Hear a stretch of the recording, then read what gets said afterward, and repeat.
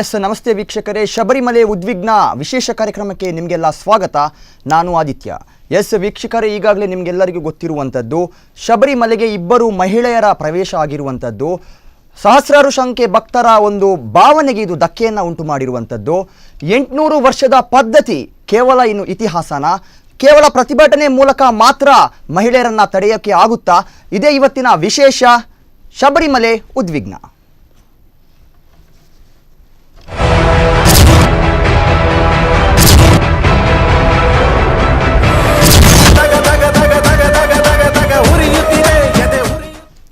S ನಮ್ಮೊಂದಿಗೆ ಚರ್ಚೆಯಲ್ಲಿ ಭಾಗವಹಿಸಲು ರಾಜ್ಯ ಬಿಜೆಪಿ ಮಹಿಳಾ ಮೋರ್ಚಾ ಇದರ ಕಾರ್ಯದರ್ಶಿ ಗೀತಾಂಜಲಿ ಸುವರ್ಣ ಇವರು ನಮ್ಮೊಂದಿಗಿದ್ದಾರೆ, ಹಾಗೂ ಜಿಲ್ಲಾ ಪಂಚಾಯತ್ ಸದಸ್ಯರಾಗಿರುತ್ತಾರೆ ಇವರು, ಹಾಗೂ ಬಾಲಕೃಷ್ಣ ಅಮೀನ್ ಇವರು ಮಲ್ಪೆಯ ಒಂದು ಗುರುಸ್ವಾಮಿ ಬಾಲಕೃಷ್ಣ ಅಮೀನ್ ಅವರು ನಮ್ಮೊಂದಿಗಿದ್ದಾರೆ. ಇವರು ಸಾಸಾ ಉಡುಪಿ ಇದರ ತಾಲೂಕು ಅಧ್ಯಕ್ಷ. ಇವರನ್ನ ಕೂಡ ಈ ಕಾರ್ಯಕ್ರಮಕ್ಕೆ ಸ್ವಾಗತಿಸೋಣ. ನಮಸ್ತೆ. ಕಾರ್ಯಕ್ರಮಕ್ಕೆ ನಮಸ್ಕಾರಗೂ ಸ್ವಾಗತ.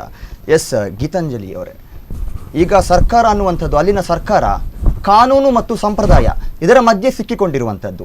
ಸರ್ಕಾರಕ್ಕೆ ಕಾನೂನನ್ನು ಪ್ರತಿಪಾದಿಸುವಂಥದ್ದು ಮುಖ್ಯವಾಗುತ್ತಾ ಅಥವಾ ಜನರ ಒಂದು ಸಂಪ್ರದಾಯಕ್ಕೆ ಬೆಲೆ ಕೊಡುವಂಥದ್ದು ಮುಖ್ಯವಾಗುತ್ತಾ? ಮೊದಲಿಗೆ ಅವರು ಜನರ ಸಂಪ್ರದಾಯಕ್ಕೆ ಬೆಲೆ ಕೊಡಬೇಕು. 800 ವರ್ಷದ ಒಂದು ಇತಿಹಾಸ ಇರುವಂತಹ ಶಬರಿಮಲೆ ಒಂದು ದೇವಸ್ಥಾನ.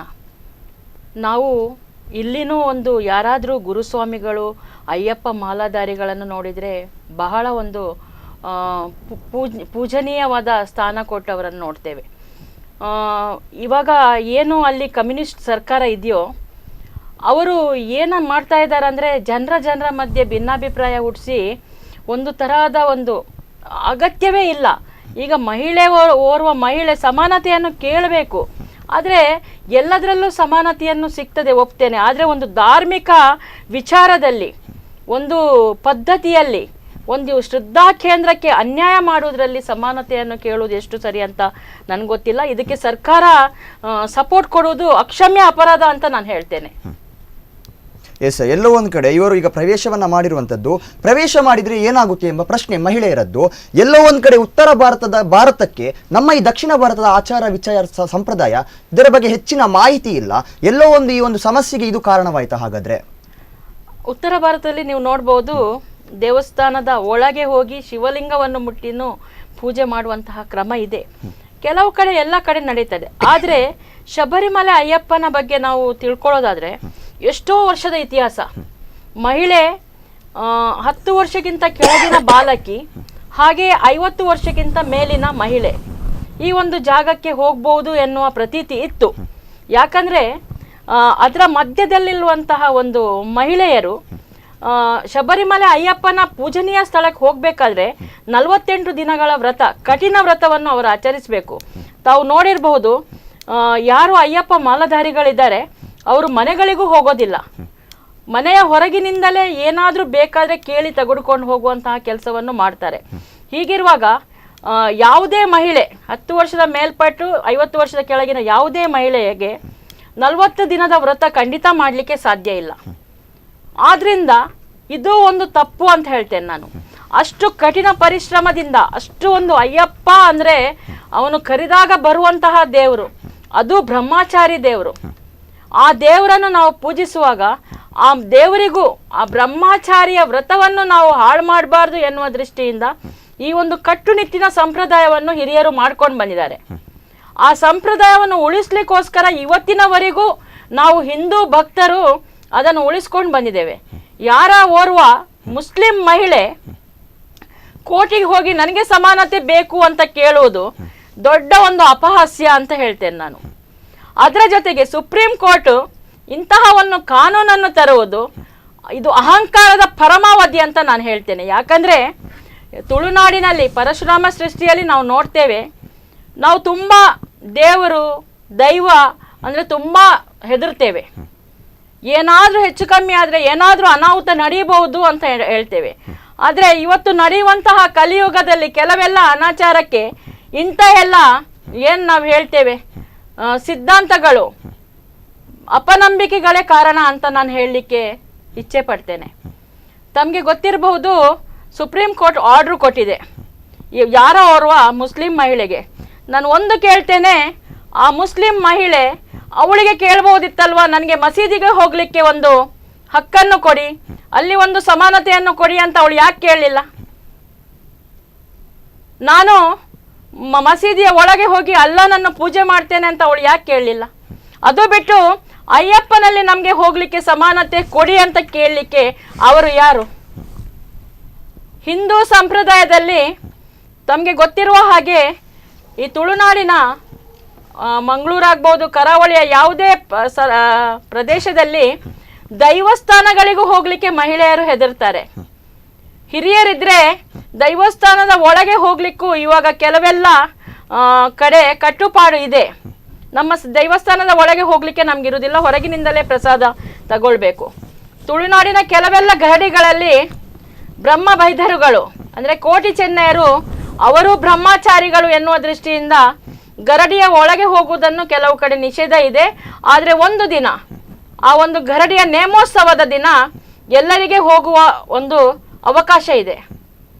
ಈ ಎಲ್ಲ ಸಂಪ್ರದಾಯವನ್ನು ಹಿರಿಯರು ಯಾಕೆ ಮಾಡ್ಕೊಂಡು ಬಂದಿದ್ದಾರೆ ಅಂದರೆ, ನಮ್ಮ ಒಂದು ಸಂಪ್ರದಾಯ ಉಳಿಬೇಕು, ನಾವು ಏನು ಮುಂದುವರಿಸ್ಕೊಂಡು ಹೋಗಿದ್ದೇವೆ ಪರಂಪರೆಯನ್ನು, ಅದನ್ನು ಉಳಿಸ್ಕೊಳ್ಬೇಕು ಎನ್ನುವ ದೃಷ್ಟಿಯಿಂದ ಹಿರಿಯರು ಮಾಡಿದಂತಹ ಒಂದು ಸಂಪ್ರದಾಯವನ್ನು ಇವತ್ತು ಹಿಂದೂಗಳಾದ ನಾವು ಉಳಿಸ್ಕೊಂಡು ಬಂದಿದ್ದೇವೆ.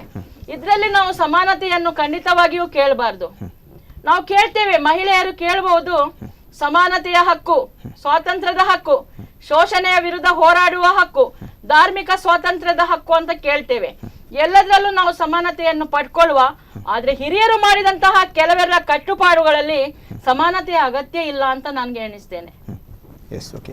ಎಸ್, ಬಾಲಕೃಷ್ಣ ಗುರುಸ್ವಾಮಿಗಳೇ, ಎಲ್ಲೋ ಒಂದು ಕಡೆ ಧಾರ್ಮಿಕ ಮತ್ತು ಕಾನೂನು, ಧಾರ್ಮಿಕತೆ ಮತ್ತು ಕಾನೂನು ಅಂತ ಬಂದಾಗ ಹಿಂದೂ ಧರ್ಮದ ಮೇಲೆ ಜಾಸ್ತಿ ಪ್ರಯೋಗಗಳು ಆಗುವಂಥದ್ದು. ನಾನು ಈಗಾಗಲೇ ಹೇಳಿರುವಂಥದ್ದು, ಏನಾಗುತ್ತೆ ಹೋದ್ರೆ ಏನಾಗುತ್ತೆ ಅನ್ನುವಂಥ ಪ್ರಶ್ನೆ, ಒಂದು ಎಕ್ಸೈಟ್ಮೆಂಟ್ ಅಂತ ಹೇಳ್ಬೋದು. ಅಲ್ಲಿನ ಆಚಾರ ವಿಚಾರ ಅವರಿಗೆ ಏನು ಗೊತ್ತಿಲ್ಲ, ಪವಿತ್ರತೆ ಏನು ಅಂತ ಅವರಿಗೆ ಗೊತ್ತಿಲ್ಲ. ಎಲ್ಲೋ ಒಂದ್ ಕಡೆಯಿಂದ ಬರ್ತಾರೆ, 3:45 ಬೆಳಗಿನ ಜಾವ, ಎಲ್ಲರೂ ಆ ಒಂದು ಸ್ಥಳದಲ್ಲಿ ಇರುವುದಿಲ್ಲ. ಆ ಟೈಮಲ್ಲಿ ಅವರನ್ನ ಕರ್ಕೊಂಡು ಹೋಗಿ ದರ್ಶನಕ್ಕೆ ಪೊಲೀಸ್ ರಕ್ಷಣೆ ಮೂಲಕ ಅವರಿಗೆ ದರ್ಶನದ ಅವಕಾಶವನ್ನ ಮಾಡ್ತಾರೆ.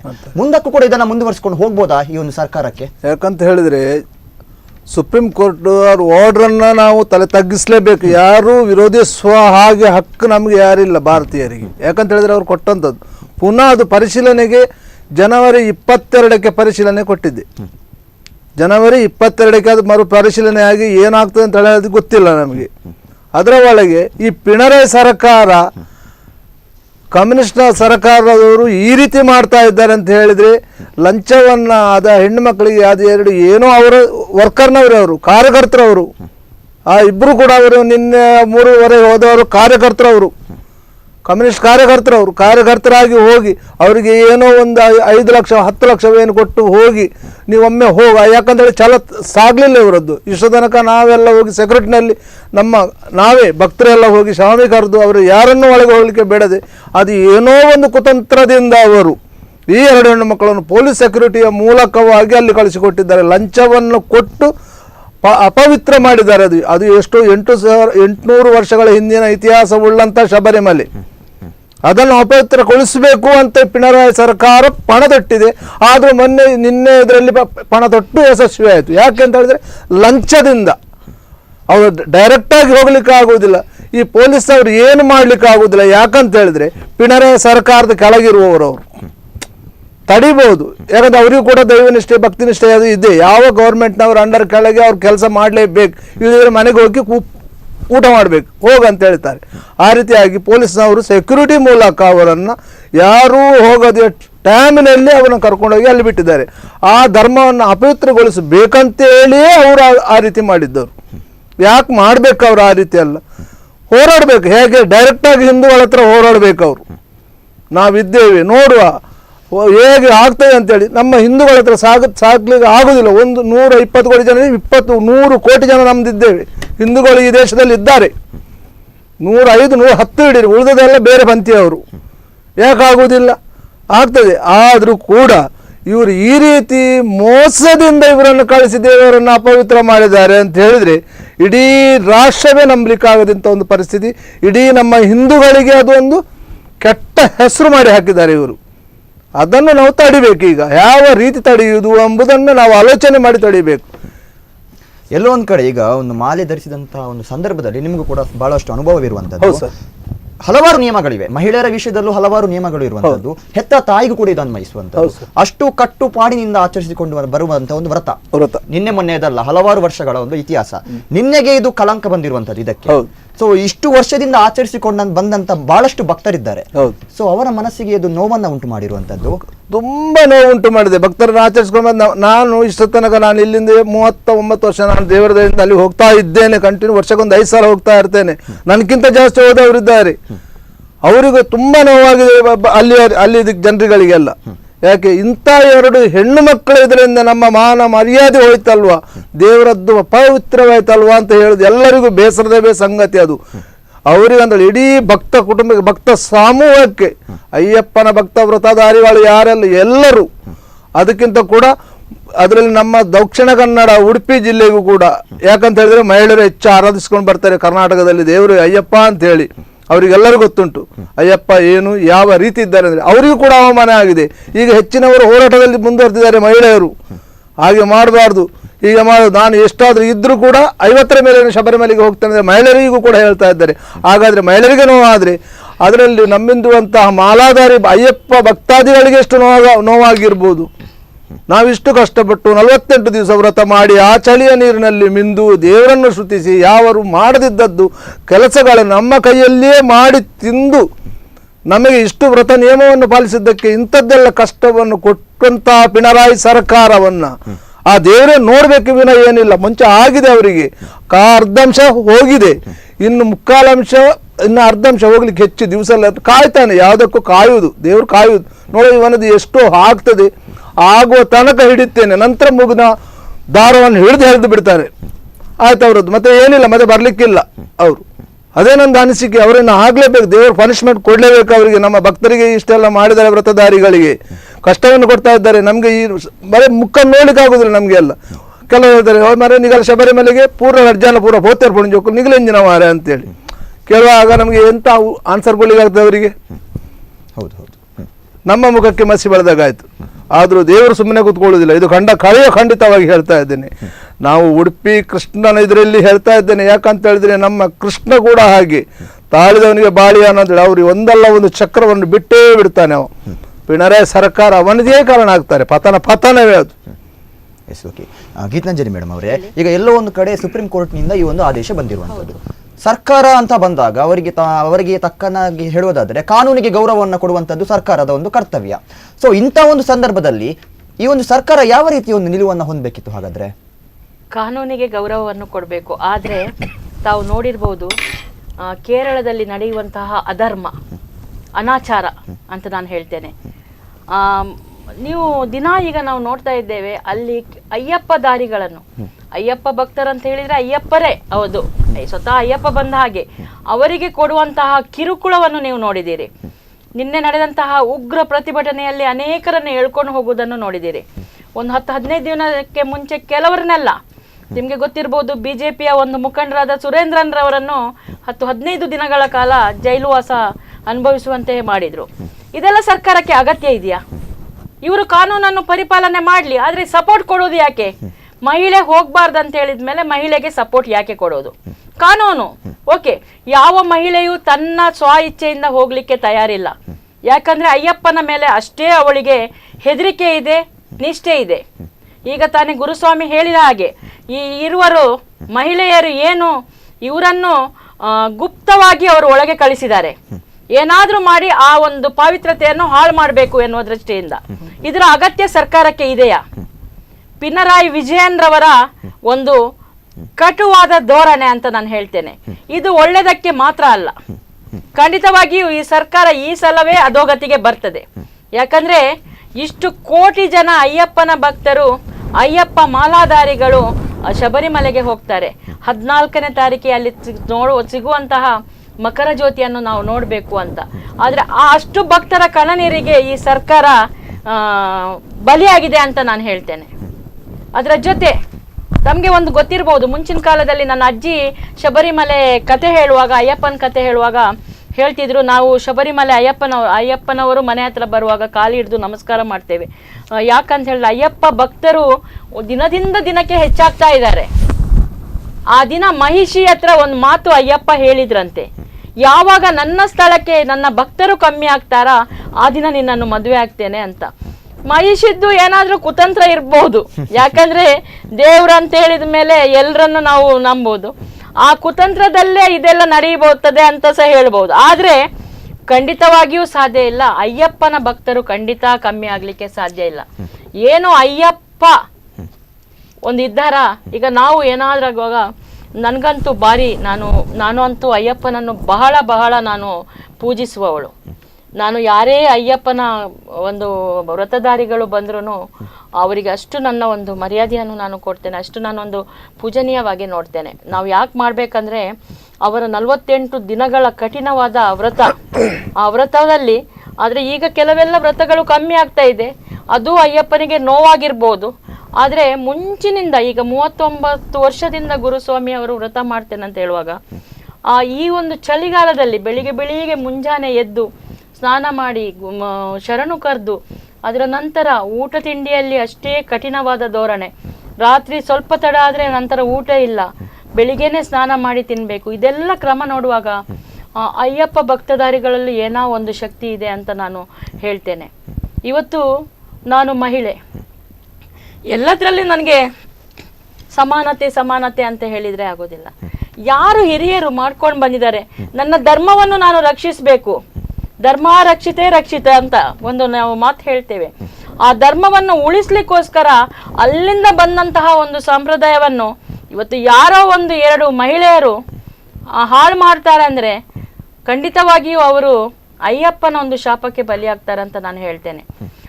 ಅವರೊಂದಿಗೆ ಈ ಸರ್ಕಾರಕ್ಕೂ ಶಾಪ ಖಂಡಿತವಾಗಿಯೂ ತಗಲ್ತದೆ. ಧರ್ಮ ಅಂತ ಹೇಳಿದ ಮೇಲೆ ಎಲ್ರಿಗೂ ಒಂದೇ. ನಾನು ಅಯ್ಯಪ್ಪನ ಜಾಗಕ್ಕೆ ಹೋಗ್ತೇನೆ. ಯಾವಾಗ ಹೋಗ್ತೇನೆ?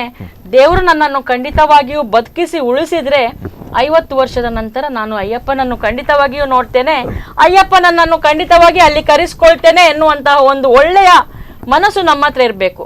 ಅದನ್ನು ಬಿಟ್ಟು ನಾನು ಹೋಗ್ತೇನೆ, ನನಗೆ ಸಮಾನತೆ ಇದೆ ಅಂದ್ರೆ ಆಗುದಿಲ್ಲ. ಮೋದಿ ಅವರು ಒಂದು ಮಾತು ಹೇಳಿದ್ದಾರೆ, ಕೆಲವೆಲ್ಲ ಉತ್ತರ ಪ್ರದೇಶ ಕೆಲವೆಲ್ಲ ದೇವಸ್ಥಾನಗಳಲ್ಲಿ ಪುರುಷರಿಗೂ ಒಳಗೆ ಹೋಗ್ಲಿಕ್ಕೆ ಅವಕಾಶ ಇಲ್ಲ.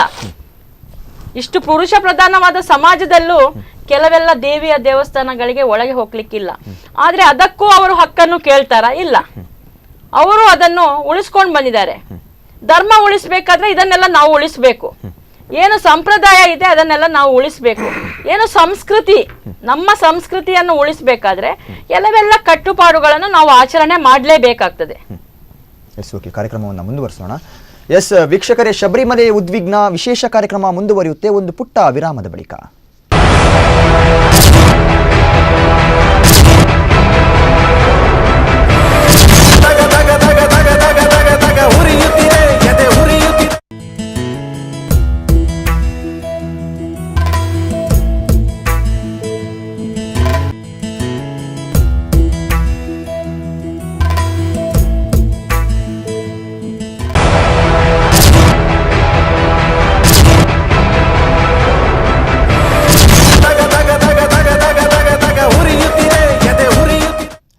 ವಿರಾಮದ ಬಳಿಕ ಮತ್ತೆ ಶಬರಿಮಲೆ ಉದ್ವಿಗ್ನ ವಿಶೇಷ ಕಾರ್ಯಕ್ರಮಕ್ಕೆ ನಿಮಗೆಲ್ಲ ಸ್ವಾಗತ. ನಮ್ಮ ಅತಿಥಿಗಳೊಂದಿಗೆ ನಾವು ಮಾತಾಡ್ತಿದ್ವಿ. ಬಾಲಕೃಷ್ಣ ಗುರುಸ್ವಾಮಿಗಳೇ, ಈಗ ಶಬರಿಮಲೆಗೆ ಹೆಂಗಸರು ಹೋಗಬಾರ್ದು, ಆಚಾರ, ಇದೊಂದು ಆಚಾರ ಸಂಪ್ರದಾಯ ಅಂತ ಹೇಳ್ಬೋದು. ಸೊ ಹೋದ್ರೆ ಏನಾಗುತ್ತೆ ಅನ್ನುವಂಥ ಪ್ರಶ್ನೆ ಹೋದವರಲ್ಲಿ ಇರುವಂಥದ್ದು, ಹೋಗ್ಲಿಕ್ಕೆ ಬಯಸುವವರಲ್ಲಿ ಇರುವಂಥದ್ದು, ಮಹಿಳೆಯರಲ್ಲಿ. ಸೊ ಹೋದ್ರೆ ಅದರ ಒಂದು ಎಫೆಕ್ಟ್ಸ್ ಅನ್ನುವಂಥದ್ದು ಏನು ದುಷ್ಪರಿಣಾಮ ಬೀರುತ್ತೆ ಇದು ಆ ಕ್ಷೇತ್ರಕ್ಕಾಗಿರ್ಬೋದು, ಸನ್ನಿಧಾನಕ್ಕೆ ಅಂತ ಹೇಳಿದ್ರೆ ಅಲ್ಲಿ ಹೋಗಬಾರ್ದು, ಮಹಿಳೆಯರಿಗೆ ಹೋಗಬಾರ್ದಂತ ಏನು ಕಂಡೀಷನ್ ಇಲ್ಲ. ಅಲ್ಲಿ ಹೋಗ್ಬೋದು, ಯಾರಿಗೂ ಅಲ್ಲಿ ಇದು ಮಾಡಲಿಲ್ಲ. ಯಾಕಂತ ಹೇಳಿದ್ರೆ ಅಯ್ಯಪ್ಪ ಸ್ವಾಮಿ ಒಂದು ಬ್ರಹ್ಮಚಾರ್ಯ ವ್ರತವನ್ನು ಆಚರಿಸ್ಲಿಕ್ಕೆ ಹೋಗಿ, ಬ್ರಹ್ಮಚಾರಿ ಆಗ್ಲಿಕ್ಕೆ ಹೋಗಿ, ಅವರಿಗೆ ಹೆಣ್ಣು ಮಕ್ಕಳು ಅಂತ ಹೇಳಿದ್ರೆ ಇದನ್ನು ಭಾವನೆಯಲ್ಲಿ ಎಲ್ಲರೂ ಸಮಾನರು, ಅವರಿಗೆ ದೇವರಿಗೆ ಎಲ್ಲರೂ ಸಮಾನರು. ಯಾಕಂತ ಹೇಳಿದ್ರೆ ಅಲ್ಲಿ ಬರುವಂಥ ಹೆಂಗಸರಿಗೆ ಅವರದ್ದೊಂದು ಪದ್ಧತಿ ಅಂತ ಕ್ರಮ ಇದೆ. 42 ಅವರ ಒಂದು ತಿಂಗಳದ್ದು ಒಂದು ಕಟ್ಟುನಿಟ್ಟುಪಾಡು ಇದೆ. ಆ ಕಟ್ಟುನಿಟ್ಟುಪಾಡಿನಲ್ಲಿ ಅಲ್ಲಿ ಅವರಿಗೆ ಬರುವಂಥ ಚಾನ್ಸ್ ಇಲ್ಲ. ಇಳಿದಿದ್ರೆ ಅವರಿಗೆ ಅದು ಏನು ಇಳಿದಿದ್ರೆ ಅವ್ರು ಬರುವಂಥದ್ದು ಏನು ಆಕ್ಷೇಪ ಇಲ್ಲ. ಯಾಕಂತ ಹೇಳಿದ್ರೆ 10 ವರ್ಷ ಕೆಳಗಿನವರಿಗೆ 50ರ ಮೇಲಿನವರಿಗೆ ಬರುವಂಥದ್ದು ಯಾರು ತಡೆಯುವಂಥ ಸಂದರ್ಭ ಅಲ್ಲಿ ಬರುವುದೂ ಇಲ್ಲ, ಬರಬಾರ್ದು, ಬರುವುದೂ ಇಲ್ಲ.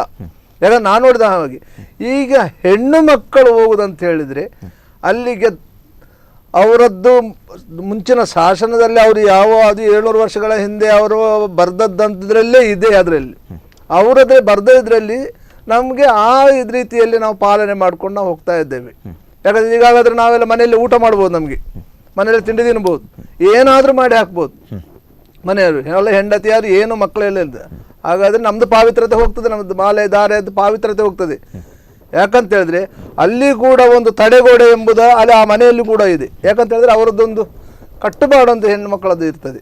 ಅದಕ್ಕೋಸ್ಕರವಾಗಿ ನಾವು ನಮ್ಮ ಮಾಡಿದಂಥ ಕೈ ಅಡಿಗೆಯನ್ನೇ ತಿಂದು ನಾವು ನಮ್ಮಂಥ ಇದನ್ನೇ ವ್ರತಾಚಾರ್ಯ ಇದು ಮಾಡಿಕೊಂಡು ಇರುವಂಥದ್ದು. ಯಾಕಂತ ಹೇಳಿದ್ರೆ ಈಗ ಈ 2 ಹೆಣ್ಣು ಮಕ್ಕಳು ಬ್ರಹ್ಮಚರ್ಯದ ಇಡೀ ಇದನ್ನು ಹಾಳು ಮಾಡಿದ್ದಾರೆ ಈಗ ಹೆಣ್ಣು ಮಕ್ಕಳು 2. ಯಾಕೆ ಮಾಡಬೇಕಿದ್ದಲ್ಲ, ಈ ಹೆಣ್ಮಕ್ಳಿಗೆ ಯಾಕೆ ಬೇಕಿತ್ತು? ಖಾಲಿ ಒಂದು ಹಣದ ಆಯುಷ್ಯಕ್ಕೆ ಒಡ್ಡಿ ತನ್ನ ಜೀವವನ್ನೇ ಕಳ್ಕೊಳ್ಳುವಂತಹ ಪರಿಸ್ಥಿತಿ ಇನ್ನು ಮುಂದೆ ಆಗ್ಬೋದು, ಅಲ್ಲ ಕೇರಳ ಇಡೀ ಸರ್ವನಾಶ ಆಗ್ಬೋದು ಎಂಬುದನ್ನು ನಾವು ಕಣ್ಣಾರೆ ನೋಡಲೇಬೇಕಾದ್ದು. ಇಂಥದ್ದೆಲ್ಲಕ್ಕೆ ಸನ್ನಿವೇಶಕ್ಕೆ ನಾವು ಯಾವತ್ತೂ ಹೆಣ್ಣು ಮಕ್ಕಳಾಗಲಿ, ಅದು ಹೌದು ಕಲ್ಲು ಒಂದು ಗಟ್ಟಿ ಉಂಟಂತೇಳಿ ನಮ್ಮ ತಲೆಯನ್ನು ಹೊಡೆದ್ರೆ ನಮ್ಮ ತಲೆ ಹೊಡೆದು ವಿನಃ ಕಲ್ಲು ಏನಾಗುತ್ತೆ, ಕಲ್ಲು ಇದ್ದಾಗೆ ಇರ್ತದೆ. ಅಂಥ ಪರಿಸ್ಥಿತಿ ಇಲ್ಲಿ ಬಂದಿದೆ ಹೆಣ್ಣು ಮಕ್ಕಳದ್ದು 2. ಓಕೆ, ಎಲ್ಲೋ ಒಂದು ಕಡೆ ಈಗ 48 ದಿನಕ್ಕೆ ಸೀಮಿತವಾದ ಒಂದು ಕಠಿಣ ವ್ರತ ಮೊದಲಿನ ಕಾರಣದಿಂದಲೂ ಬಂದಿರುವಂತಹ ಒಂದು ಪದ್ಧತಿ. ಈಗೀಗ ಆಧುನಿಕತೆಯ ಪ್ರಭಾವವೇನು ಗೊತ್ತಿಲ್ಲ, ಕೆಲವರು 1 ದಿನಕ್ಕೆ ಸೀಮಿತವಾಗಿರುವಂತದ್ದು, 1 ದಿನ ಒಂದು ದರ್ಶನಕ್ಕೋಸ್ಕರ ಅವರು ಶಬರಿಮಲೆಗೆ ಹೋಗುವವರು ಇರ್ತಾರೆ, 1 ವಾರಕ್ಕೂ ಕೂಡ ಸೀಮಿತವಾಗಿರುವಂತದ್ದು. ಸೊ ಈ ಸರಳತೆ ಬಂದ ಮೇಲೆ ಇಂಥ ಪ್ರಕರಣಗಳು ಹೆಚ್ಚಾಯ್ತಾ, ಇದು ಕಾರಣವಾಯ್ತಾ ಅನ್ನುವಂಥ ಪ್ರಶ್ನೆ ಕಾಡ್ತದೆ. ಯಾಕಂತ ಹೇಳಿದ್ರೆ ನಾನು ಇದಕ್ಕೊಂದು ಹೇಳ್ತೇನೆ, ಇದು ಉದಾಹರಣೆ ಹೇಳಿದ್ದೀನಿ, ಒಳ್ಳೆದಾಯ್ತು. 48 ದಿವಸ ವ್ರತ ನಿಯಮಾಚರಣೆಯಲ್ಲಿ ಇದ್ದು ನಾವು ಹೋಗುವಂಥದ್ದನ್ನೆಲ್ಲ ಮಾಡಿಕೊಂಡ್ರೇನೆ ಒಳ್ಳೆಯಿತ್ತು. ಈಗ ಎಲ್ಲ ಈಗಿನವರು ಇವತ್ತು ಇದು ಮಾಡಿದ್ರೆ ನಾಳೆ ಮಾಲೆ ಹಾಕ್ತಾರೆ, ನಾಳೆ ಹೋಗ್ತಾರೆ. ಅದೊಂದು ಫ್ಯಾಷನ್ ಆಗಿದೆ, ಈಗ ಫ್ಯಾನ್ಸಿ ಆಗಿದೆ. ಅದನ್ನು ಈಗ ಮುಂಚೆ ನಾವು 48 ಇರುವಾಗ ದೇವರಿಗೆ ನಮಗೆ ಎಷ್ಟು ಜನ ಭಯಭಕ್ತಿಯಿಂದ ಮಾಡ್ತಾ ಇದ್ರು, ಎಷ್ಟು ಅಯ್ಯಪ್ಪ ಬಂದ ಬಾಲು ಅಲ್ಲಿ ಅವರು ಕರೆಯುವುದಿಲ್ಲ ಅವರು. ಈಗ 1 ವಾರದ ವ್ರತ, 8 ದಿವಸದ ವ್ರತ, 2 ದಿವಸದ ವ್ರತ, 1 ದಿವಸದ ವ್ರತ ನಿಯಮದಿಂದಲೇ ಪ್ರಾರಂಭ ಆಗಿ ಆ ಹೆಣ್ಮಕ್ಳು ಏನಾಗ್ತದೆ, ನಮಗೆ ಹೋದರೆ ಏನಾಗ್ತದೆ, ನಮಗೇನಿಲ್ಲ, ತಿಂಗಳಿಗೆ 1 ಸಲ ಆಗೋದಲ್ವಾ. ಈ ಇದರಲ್ಲಿ ಅವರು ಹೋಗ್ತಾರೆ, ನಮಗೆ ಯಾಕೆ ಹೋಗಬಾರ್ದು ಎಂಬುದು ಪ್ರಶ್ನೆ ಕೂಡ ಅದರಲ್ಲಿ ಉದ್ಭವಿಸ್ತದೆ. ಈಗ ನೋಡ್ಲಿಕ್ಕೆ ಹೋದರೆ ಅಂಥದ್ದೆಲ್ಲ ಇರ್ಲಿಕ್ಕೆ ಹೋಗಿ ನನ್ನ ಅಭಿಪ್ರಾಯ ಪ್ರಕಾರವಾಗಿ ಯಾರೇ ಬೇಕಾದರೆ ಇಂಥ ವ್ರತ ನಿಯಮವನ್ನು ಮಾಡಬಾರ್ದು. 48 ದಿವಸ ಕಠಿಣ ವ್ರತವನ್ನು ಮಾಡಿದ್ರೇ ಈ ಹೆಣ್ಮಕ್ಳಿಗೆ ಪನಿಷ್ಮೆಂಟ್ ಬರ್ತದೆ, ಯಾರು ಮುಂದೆ ಹೋಗ್ಲಿಕ್ಕೆ ಕೇಳೋದಿಲ್ಲ.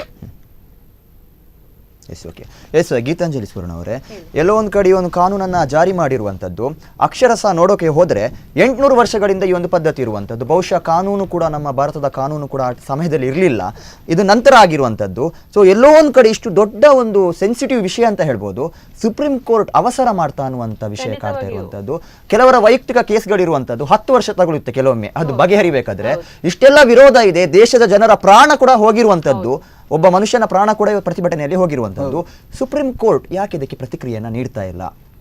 ತಾವು ನೋಡಬಹುದು, ಓರ್ವ ನಾನು ಆಗ್ಲೇ ಹೇಳಿದೆ, ಮುಸ್ಲಿಂ ಮಹಿಳೆ ಹಾಕಿದಂತಹ ಒಂದು ಇದಕ್ಕೆ ಸುಪ್ರೀಂ ಕೋರ್ಟ್ ಇಂತಹ ಒಂದು ಉತ್ತರ ಕೊಟ್ಟಿದೆ ಅಂದ್ರೆ ಇದು ಏನಂತಲೇ ನನಗೆ ಅರ್ಥ ಆಗೋದಿಲ್ಲ.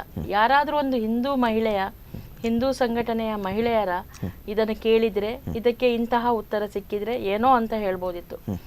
ಸುಪ್ರೀಂ ಕೋರ್ಟಿಗೆ ಮರ್ಯಾದೆ ಇದೆಯಾ ಅಂತ ನಾನು ಕೇಳ್ತೇನೆ. ಯಾಕಂದರೆ ನಾನು ಮಾತಾಡಬಾರ್ದು, ಆದರೆ ಮೊನ್ನೆ ಒಂದು ಅವರು ಕಾನೂನು ತಂದರು, ಮೀಟು ಅಂತ. ಇದರ ಅಗತ್ಯ ಇದೆಯಾ? ಇದೆಲ್ಲ ಏನು ಈ ಒಂದು ಸಮಾಜ ಕೆಲವೆಲ್ಲ ವಿಷಯದಲ್ಲಿ ಹೊತ್ತಿ ಉರಿತಾ ಉಂಟು. ಅಂತಹ ಸಮಯದಲ್ಲಿ ಮನೆಯನ್ನು 2 ಮಾಡುವಂತಹ ಇಂಥ ಎಲ್ಲ ಒಂದು ಕಾನೂನನ್ನು ಇವರೆಲ್ಲ ಸುಪ್ರೀಂ ಕೋರ್ಟ್ ತರ್ತದೆ ಆದರೆ ಇನ್ನು ನಾವು ಸುಪ್ರೀಂ ಕೋರ್ಟಿಗೆ ಮರ್ಯಾದೆ ಕೊಡಲಿಕ್ಕೆ ಸಾಧ್ಯ ಇದೆಯಾ? ನನ್ನದೊಂದು ಪ್ರಶ್ನೆ. ಈ ಒಂದು ಅಯ್ಯಪ್ಪನ ಒಂದು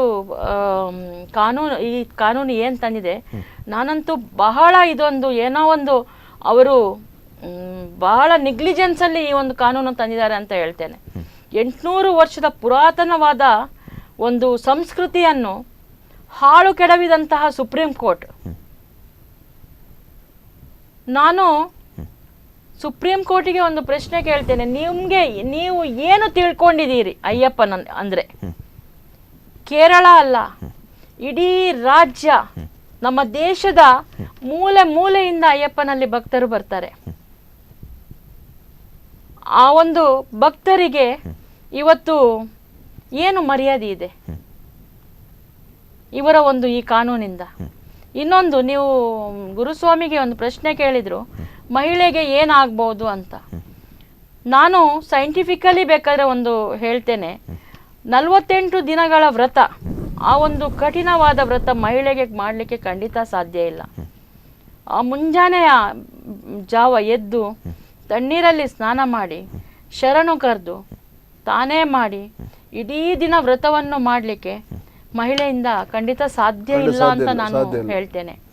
30 ದಿನದಲ್ಲಿ 7 ದಿನದ ರಜೆಯನ್ನು ಮಹಿಳೆ ಪಡ್ಕೊಳ್ಳೇಬೇಕು.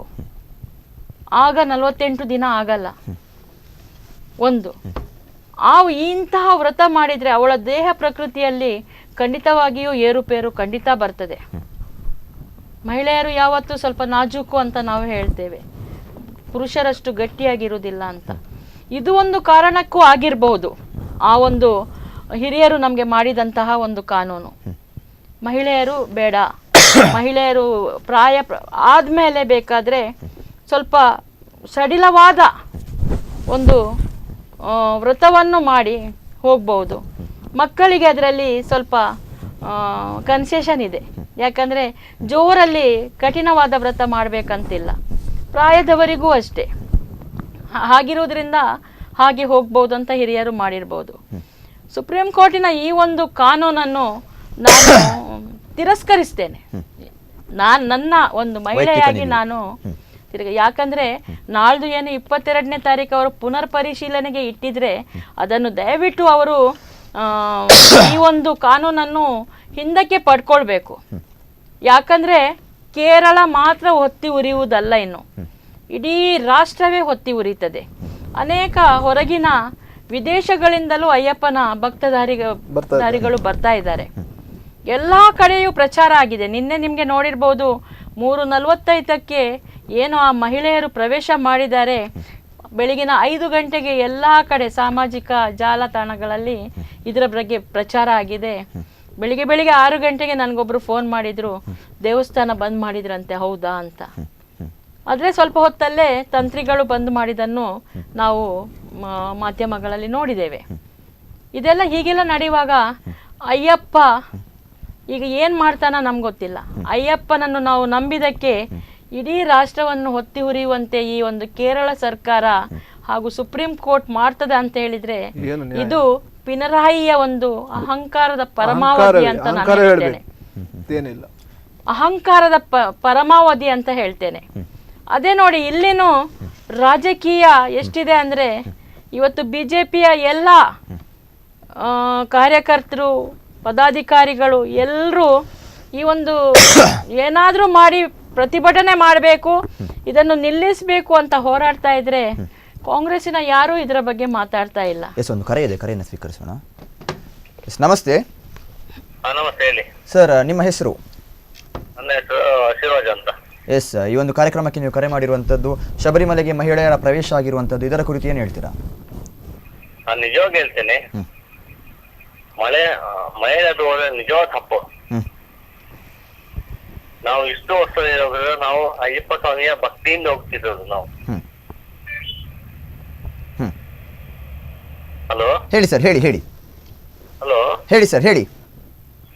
ನಿಜವಾಗಿ ಹೇಳ್ತೇವೆ ಅಂತ ನಾವು ಅಯ್ಯಪ್ಪ ಸ್ವಾಮಿಯ ಮಾಲೆ ಹಾಕುವಾಗ ನಾವು ಯಾವ ರೀತಿ ವ್ರತ ಮಾಡ್ತೇವೆ, ಅದು ಅಷ್ಟು ಕಠಿಣ ವ್ರತವನ್ನು ಮಾಡಿ ಹೋಗುದು ನಾವು. ಯಾಕೆಂದ್ರೆ ಅಯ್ಯಪ್ಪ ಸ್ವಾಮಿ ನಮ್ಗೆ ಅಲ್ಲಿ ಸಿಗ್ತಾನೆ. ಇದು ಹೇಳುದು ನಾವು ಮೊನ್ನೆ ನೋಡಿದ ವಿಷಯ ಅಲ್ಲ. ಹೌದು, ಇದು ಇತಿಹಾಸದಿಂದ ಬಂದ ವಿಷಯ. ಅಯ್ಯಪ್ಪ ಸ್ವಾಮಿ ಅಲ್ಲಿದ್ದಾರೆ, ಅವರು ಹೋಗಿ ಅಂತ ನಾನು ನಿಜವಾಗಿ ಹೇಳ್ತೀನಿ. ನಂಗೆ ಏನ್ ಕೆಲ್ಸ ಇಲ್ಲ. ನಂಗೆ ಮಾಲೆ ಹಾಕಿದ ಅಯ್ಯಪ್ಪನ ಮಾಲೆ ಹಾಕ್ತೇನೆ ಅಂತ ಮನಸ್ಸಲ್ಲಿ ಆಗುವಾಗ ಉಂಟಲ್ಲ, ನಂಗೆ ನಿಜವಾಗಿ ನನ್ನ ಹತ್ರ ಏನೂ ಇಲ್ಲ. ಮಾಲೆ ಹಾಕ್ಬೇಕು, ಅಯ್ಯಪ್ಪನ ಸ್ವಾಮಿ ದರ್ಶನ ಮಾಡ್ಬೇಕು, ಅದೇ ನನ್ನ ಆಸೆ ಇಲ್ಲ. ಅಯ್ಯಪ್ಪನ ಮಾಲೆ ಹಾಕಿದ ನಂತರ ನಂಗೆ ಹೇಗೆ ಕೆಲಸ ಬರ್ತದೆ ಅಂತ ಅಯ್ಯಪ್ಪನ ದೇಹ ಮಾತ್ರ ನಂಗೆ ಇರೋದು.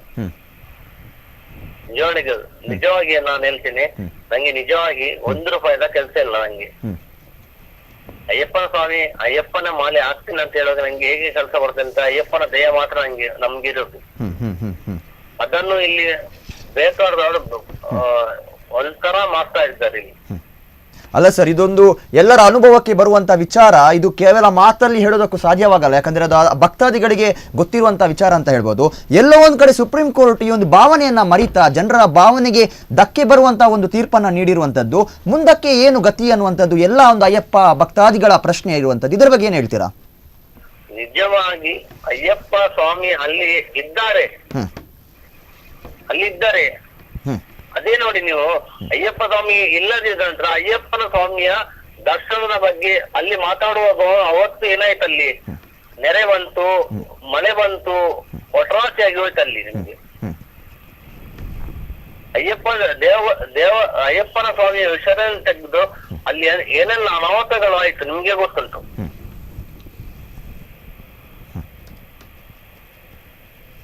ಎಸ್ ಧನ್ಯವಾದ ಸರ್ ನಿಮ್ಮ ಎಲ್ಲ ಈ ಒಂದು ಅಭಿಪ್ರಾಯಕ್ಕಾಗಿ. ಎಸ್ ಗೀತಾಂಜಲಿ ಮೇಡಮ್, ಇವಾಗ ಈಗಾಗಲೇ ಮಾತಾಡ್ತಿದ್ರಿ, ಪಕ್ಷಾತೀತವಾಗಿ ಕೆಲವರು ಕೆಸರೆಚ್ಚಾಟವನ್ನ ಮಾಡ್ತಾ ಇರುವಂತದ್ದು. ಕೇಂದ್ರ ಸರ್ಕಾರ ಬಹಳ ಬಲಿಷ್ಠವಾದ ಒಂದು ದೇಶದ ಸರ್ಕಾರ ಅಂತ ಹೇಳ್ಬೋದು. ಈಗ ಈ ಒಂದು ನಿಯಮವನ್ನು ತಂದಿರುವಂಥದ್ದು, ಏನಾದರೂ ಮಧ್ಯ ಪ್ರವೇಶ ಮಾಡಿ ಈ ನಿಯಮಕ್ಕೆ ಒಂದು ಉಲ್ಲಂಘನೆಯನ್ನು ತರುವಂಥದ್ದು, ತಡೆಯೊಡ್ಡುವಂಥ ಒಂದು ಕೆಲಸವನ್ನ ಮಾಡಬಹುದಾ? ಖಂಡಿತವಾಗಿಯೂ ಮಾಡ್ಬೋದು ಅಂತ ನಾನು ಅಂದ್ಕೊಳ್ತೇನೆ. ಯಾಕಂದರೆ ಅಮಿತ್ ಶಾ ನಮ್ಮ ರಾಷ್ಟ್ರದ ಅಧ್ಯಕ್ಷರು ಇದರ ಬಗ್ಗೆ ಮಾತಾಡಿದ್ದಾರೆ. ಇದು ಸರಿಯಲ್ಲ ಎನ್ನುವುದನ್ನು ಒಂದು ಹೇಳಿದ್ದಾರೆ. ಹಾಗೆ ಮೋದಿ ಅವರು ತಮ್ಗೆ ಹೇಳಿದ ಹಾಗೆ ನಾನು ಹೇಳಿದೆ, ಅನೇಕ ದೇವಸ್ಥಾನಗಳಲ್ಲಿ ಪುರುಷರು ಹೋಗ್ಲಿಕ್ಕಿಲ್ಲ. ಈಗಿರುವಾಗ ಈ ಮಹಿಳೆಯರು ಹೋಗಿದ್ದು ಸರಿಯಲ್ಲ ಅಂತ ಅವರೂ ಹೇಳಿದ್ದಾರೆ. ಹಾಗೆ ಎಲ್ಲ ನಮ್ಮ ಸಂಸದರುಗಳು ಇದರ ಬಗ್ಗೆ ಮಾತಾಡಿದ್ದಾರೆ. ಅವರೆಲ್ಲರೂ ಹೇಳಿದ್ದಾರೆ ಇದು ಈ ಒಂದು ಕಾನೂನು ತಂದದ್ದು ಸರಿಯಲ್ಲ ಅಂತ.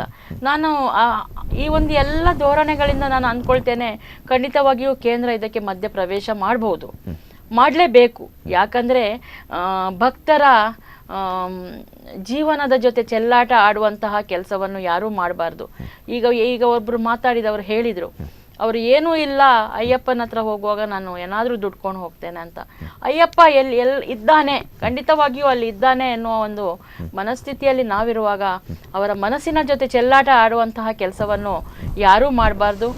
ಸುಪ್ರೀಂ ಕೋರ್ಟ್ ಆಗಿರಲಿ, ಪಿನರಾಯಿ ವಿಜಯನ್ ಆಗಿರಲಿ, ಅವರ ಸರ್ಕಾರವೇ ಆಗಿರಲಿ, ಇದು ಈ ಕೆಲಸವನ್ನು ಮಾಡಬಾರ್ದು. ನಿನ್ನೆನೂ ನಾವು ನೋಡಿದೆವು, ಆ ಮಹಿಳೆಯರು ಒಳಗೆ ಹೋಗುವಾಗ ಅವರಿಗೆ ಎಸ್ಕಾರ್ಟ್ ಥರ ಪೊಲೀಸ್ನವರೇ ವ್ರತ ಧಾರಣೆಯ ವೇಷದಲ್ಲಿ ಹೋಗ್ತಾರಂತ. ಆದರೆ ಇದು ಸರ್ಕಾರದ ಅವನತಿಗೆ ಒಂದು ಮೂಲ ಕಾರಣ ಅಂತ ನಾನು ಹೇಳ್ತೇನೆ. ಈ ಪಿನರಾಯಿ ವಿಜಯನ್ ಸರ್ಕಾರ ಪೊಲೀಸರನ್ನು ಛೂ ಬಿಟ್ಟು ಈ ಕೆಲಸ ಮಾಡಿಸ್ತದೆ ಅಂದರೆ ಅಲ್ಲಿನ ಪೊಲೀಸರಿಗೂ ಅಯ್ಯಪ್ಪನ ಮೇಲೆ ಬಹಳ ಗೌರವ ಇದೆ, ಬಹಳ ಆದ ಒಂದು ನಂಬಿಕೆ ವಿಶ್ವಾಸ ಇದೆ. ನಾವು ನೋಡ್ತೇವೆ. ನಾನಂದ್ರೆ ಅಲ್ಲಿ ಹೋದವರು ಕೇಳುವಾಗಲೂ ಏನು ಅಲ್ಲಿ ಮೆಟ್ಲುಗಳಲ್ಲಿ ಪೊಲೀಸ್ನವರು ನಿಲ್ತಾರೆ, ಅವರು ಅದ ಡ್ರೆಸ್ಸಲ್ಲಿರುವುದಿಲ್ಲ, ಅವರು ಕಪ್ಪು ಬಟ್ಟೆ ಧರಿಸಿಯೇ ನಿಂತಿರ್ತಾರೆ. ಈ ಒಂದು ಅವರ ಮನಸ್ಸಿನ ಜೊತೆಯೂ ಆಡುವಂತಹ ಕೆಲಸವನ್ನು ಈ ಪಿನರಾಯಿ ಸರ್ಕಾರ ಯಾಕೆ ಮಾಡಬೇಕು ಅಂತ ನಾನು ಪ್ರಶ್ನೆ ಮಾಡ್ತೇನೆ. ಓಕೆ, ಕಾರ್ಯಕ್ರಮವನ್ನು ಮುಂದುವರಿಸೋಣ ಒಂದು ವಿರಾಮದ ಬಳಿಕ. ವೀಕ್ಷಕರೇ, ಶಬರಿಮಲೆ ಉದ್ವಿಗ್ನ ವಿಶೇಷ ಕಾರ್ಯಕ್ರಮ ಮುಂದುವರಿಯುತ್ತೆ ಒಂದು ಸಣ್ಣ ವಿರಾಮದ ನಂತರ.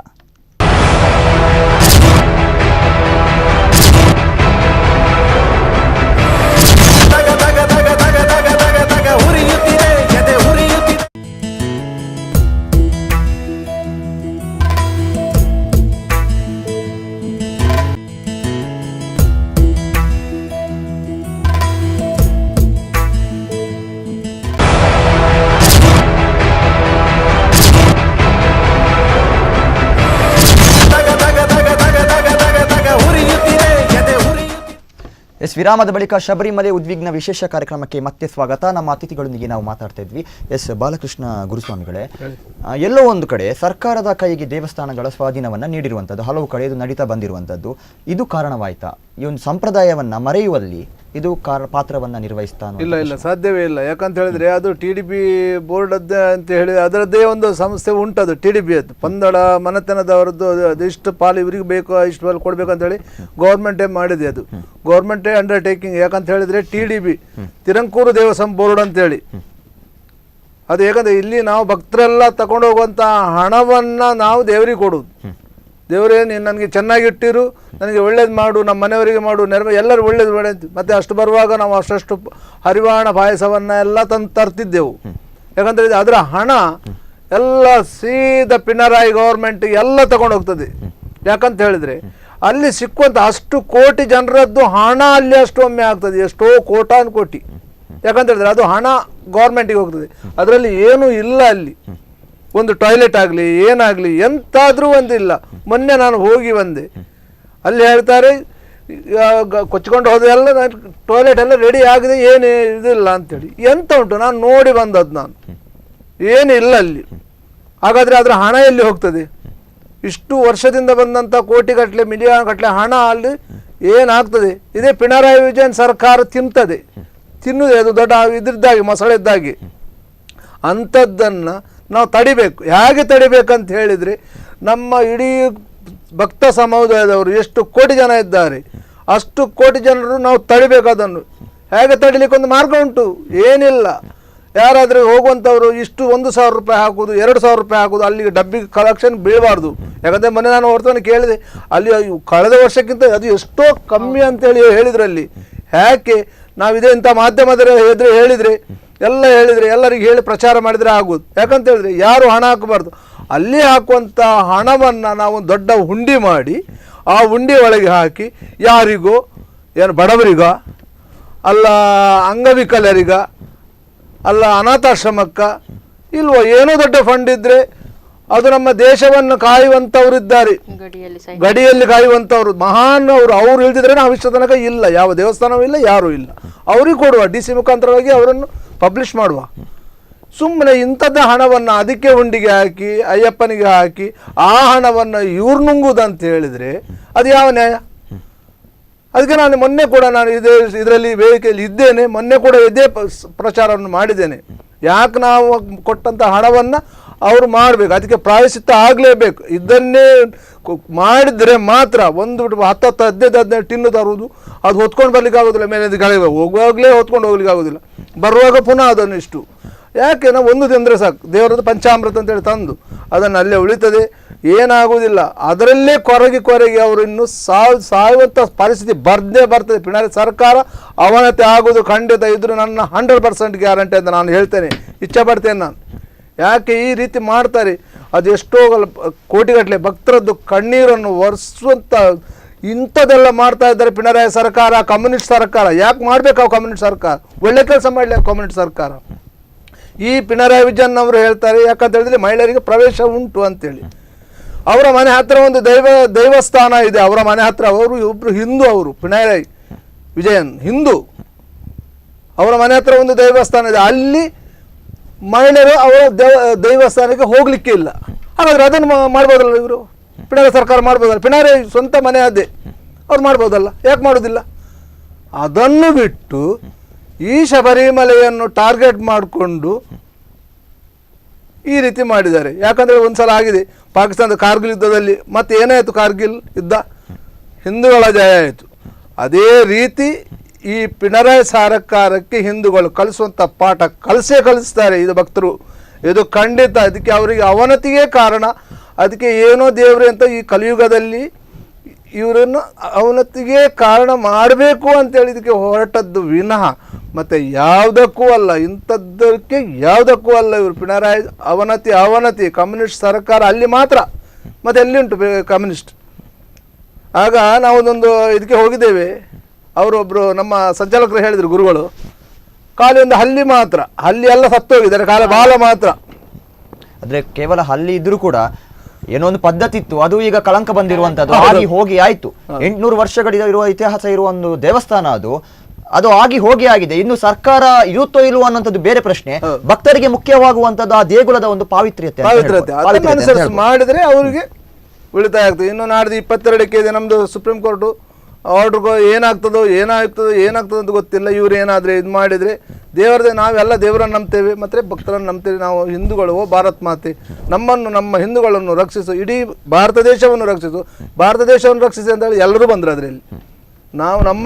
ನಾನು ನನಗಾಗಿ ಬೇಡುವುದಲ್ಲ, ಎಲ್ಲರನ್ನೂ ಕೊಟ್ಟು ಸೇರಿ ಮಾಡಿದಂತ ಹೇಳಿದರೆ ನಾಳಿದ್ದು 22 ಜನವರಿ 22ಕ್ಕೆ ಸುಪ್ರೀಂ ಕೋರ್ಟ್ ಪರಿಶೀಲನೆ ಇದೆ. ಅದರಲ್ಲಿ ನಮಗೆ ಜಯ ಸಿಗಲಿ ಅಂತ ಹೇಳಿ ನಮ್ಮ ಮುಖ್ಯ ಪ್ರಾಣ ಕೃಷ್ಣನ ಹತ್ರ ಕೂಡ ನಾನು ಬೇಡ್ತೇನೆ, ಅಯ್ಯಪ್ಪನಲ್ಲೂ ಕೂಡ ಬೇಡ್ತೇನೆ. Yes, okay. Yes, Geetanjali madam ಅವರೇ, ಎಲ್ಲೋ ಒಂದು ಕಡೆ ರಾಮಾಯಣ ಆಗಿರ್ಬೋದು, ಮಹಾಭಾರತ, ಈಗ ಅಯ್ಯಪ್ಪ ಸ್ವಾಮಿದು ಕೂಡ ಒಂದು ಪುರಾಣ ಅಂತ ಹೇಳ್ಬೋದು. ಕೋರ್ಟ್ಗಳಲ್ಲೇ ಭಗವದ್ಗೀತೆಯನ್ನ ಹಿಡಿಸಿ ಇದು ವಾದವನ್ನ ಮಾಡುವಂತದ್ದು, ಸಾಕ್ಷಿಗಳನ್ನ ಹೇಳ್ತೇನೆ, ಎಲ್ಲವನ್ನ ಮಾಡ್ತಾರೆ. ಈ ಸಂಪ್ರದಾಯಕ್ಕೆ ಬಂದಾಗ ಇದನ್ನ ಮರಿತಾ ಸುಪ್ರೀಂ ಕೋರ್ಟ್. ಹಾಗಾದ್ರೆ ಎಲ್ಲರಿಗೂ ಗೊತ್ತಿರುವಂತ ಸತ್ಯ, ವಾಸ್ತವ್ಯ, ಇದರ ಮೇಲೆ ಪ್ರಯೋಗ ಅಂತ ಹೇಳ್ಬೋದು. ಇದರ ಬಗ್ಗೆ ಏನ್ ಹೇಳ್ತೀರಾ? ಅಂದ್ರೆ ಸಂಪ್ರದಾಯಕ್ಕೆ ಬೆಲೆ ಇಲ್ವಾ? ಇನ್ನು ಮುಂದಕ್ಕೂ ಹಲವಾರು ಸಂಪ್ರದಾಯಗಳು ಇರುವಂತದ್ದು ಇದೆ.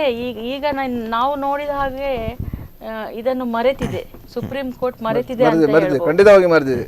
ಅದು ತರುವಂತಹ ಒಂದೊಂದು ಕಾನೂನುಗಳನ್ನು ನೋಡುವಾಗಲೂ ಏನು ಸಮಾಜದಲ್ಲಿ ಬಾಳಿ ಬದುಕಬಹುದಾ ಎನ್ನುವ ಒಂದು ತಲೆಬಿಸಿನೂ ನಮ್ಗಾಗ್ತದೆ. ಬಂದಿರುವಂತಹ ಒಂದು ಕಾನೂನು ನನಗೆ ಬಹಳ ಬಹಳ ಬೇಜಾರು ಆಗ್ತದೆ, ಮತ್ತೆ ಆಲೋಚನೆ ಮಾಡಬೇಕಾದಂಥ ಕಾರ್ಯ ಇದು. ಯಾರ ಜೊತೆನೂ ಸಂಬಂಧವನ್ನು ಇಟ್ಕೊಳ್ಬಹುದು, ಅದರ ಬಗ್ಗೆ ಯಾರೂ ಮಾತಾಡಬಾರ್ದು ಎನ್ನುವಂತಹ ಆ ಕಾನೂನು, ಇದೆಲ್ಲ ನಮ್ಮ ಭಾರತದಲ್ಲಿ ನಾವು ಮಾಡುವಂತಹ ಕಾನೂನ. ಸಂಸ್ಕೃತಿಗೆ ಹೆಸರಾದ ದೇಶ ಭಾರತ. ನಿಜವಾಗ್ಲು ಭಾರತ ಅಂದ್ರೆ ಯಾರಾದ್ರೂ ಒಂದು ಪೂಜ್ಯ ಸ್ಥಾನದಲ್ಲಿ ನಮ್ಮನ್ನು ನೋಡುವಂತಹ ಒಂದು ಕಾಲ ಇತ್ತು. ಭಾರತೀಯರು ಅಂದ್ರೆ ಎಲ್ಲಾ ದೇಶಗಳಲ್ಲೂ ಅಷ್ಟು ಒಂದು ಪೂಜ್ಯನೀಯವಾಗಿ, ಅದರಲ್ಲೂ ಇಲ್ಲಿನ ಮಹಿಳೆಯರನ್ನು ಒಂದು ತಾಯಿ ಸಮಾನ, ಭಾರತ್ ಮಾತೆ ಅಂತಲೇ ಒಂದು ಪೂಜಿಸುವಂತಹ ಒಂದು ಕಾಲ ಇತ್ತು. ಮುಂಚಿನಿಂದ ಬಂದಂತಹ ಅನೇಕ ವೀರ ವನಿತೆಯರನ್ನು ನಾವು ನೋಡಿದ್ದೇವೆ. ಎಲ್ಲರೂ ಸಂಪ್ರದಾಯದಲ್ಲೇ ಇದ್ದವರು, ಯಾರು ಸಂಪ್ರದಾಯವನ್ನು ಮೀರಿ ಹೋದವರಲ್ಲ. ಭಾರತ್ ಮಾತೆಯ ಮಕ್ಕಳು ನಾವು ಏನಿದ್ದೇವೆ ಸಂಪ್ರದಾಯಸ್ಥರೇ. ಅಂತಹ ಒಂದು ಭಾರತದಲ್ಲಿ ಇಂತಹ ಕಾನೂನು ಸುಪ್ರೀಂ ಕೋರ್ಟ್ ಕೊಡ್ತದೆ ಅಂತ ಹೇಳಿದ್ರೆ ಇದು ಏನಂತ ನಮಗೆ ಆಲೋಚನೆ ಮಾಡ್ಲಿಕ್ಕೆ ಆಗೋದಿಲ್ಲ.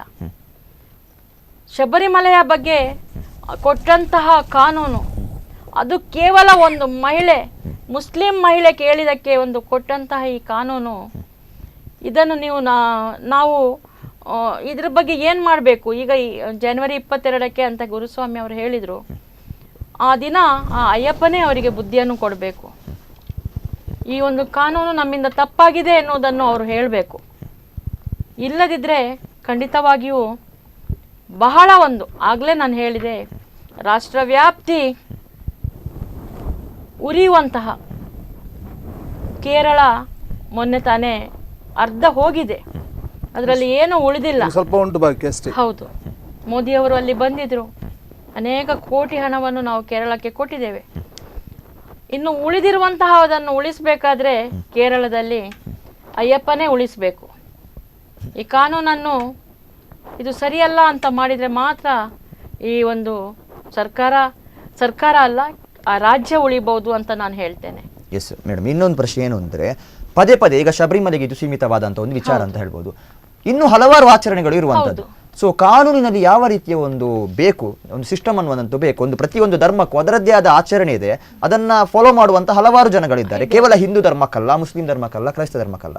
ಸೊ ಈ ಆಚರಣೆಗಳ ಕುರಿತು ಯಾವ ರೀತಿಯ ಒಂದು ಕಾನೂನನ್ನು ತರಬಹುದು? ಕಾನೂನಿನಲ್ಲಿ ಏನಾದರೂ ನೋಡಿ, ನಮಗೆ ಗೊತ್ತು, ನಾವು ಅನೇಕ ಕಾನೂನುಗಳನ್ನು ನೋಡಿದ್ದೇವೆ. ಮೊನ್ನೆ ಇಲ್ಲಿ ನಮ್ಮ ರಾಜ್ಯದಲ್ಲಿ ನಾವು ನೋಡಿದೆವು, ಕಂಬಳವನ್ನು ನಿಷೇಧ ಮಾಡಬೇಕು ಅಂತ ಆಯ್ತಾ? ಇಲ್ಲ. ಯಾಕಂದ್ರೆ ಅದು ಹಿರಿಯರು ಮಾಡ್ಕೊಂಡು ಬಂದಿದ್ದಾರೆ, ಪರಂಪರೆಯಿಂದ ಬಂದಿರುವಂತಹ ಒಂದು ಕಂಬಳದ ಒಂದು ರೀತಿ ನೀತಿ. ಅದಕ್ಕೆ ಇನ್ನು ಈಗ ಕಂಬಳಕ್ಕೆ ಕೋಣಗಳಿಗೆ ಹೊಡಿಬಾರ್ದು ಅಂತ. ಆ ಕೋಣಕ್ಕೆ ಹೊಡೆಯುವವ, ಆ ಕೋಣಕ್ಕೆ ಒಂದು ಪೆಟ್ಟು, ಮಗುವಿಗೆ ಕೊಟ್ಟ ಹಾಗೆ ಪೆಟ್ಟು ಕೊಟ್ರೆ ಅವನು ಅಷ್ಟೇ ಪ್ರೀತಿ ಮಾಡ್ತಾನೆ, ಅಷ್ಟೇ ಪ್ರೀತಿ ಮಾಡಿ ಸಾಕ್ತಾನೆ. ಆ ಒಂದು ಆ ಕಾನೂನು ನಿಷೇಧ ಆಗಲಿಲ್ಲ, ಬಿಡಿ. ನಂತರ ಬಂತು ನಮ್ಮ ದೇವರುಗಳ ಕೋಲಗಳಲ್ಲಿ ಬ್ಯಾಂಡ್ ಹಾಕಬಾರ್ದು, ವಾದ್ಯ ಊದಬಾರ್ದು. ತಮಗೆ ಗೊತ್ತಿಲ್ಲ, ಮೂಢನಂಬಿಕೆ ಕಾಯ್ದೆ. ಇದು ಎಷ್ಟು ದಿನ ಉಳಿಯಿತು? ನಾನು ಹೇಳೋದು ಬೇರೆ ಅಲ್ಲ, ಸಂಪ್ರದಾಯ ಏನಿದೆ ಹಿರಿಯರು ಮಾಡ್ಕೊಂಡು ಬಂದದನ್ನು ಅದನ್ನು ಉಳಿಸ್ಕೊಂಡು ಬರುವ. ಆ ಸಂಪ್ರದಾಯವನ್ನೇ ಉಳಿಸ್ಕೊಂಡು ಬಂದ್ರೆ ನಮ್ಗೇನು ಕಷ್ಟ?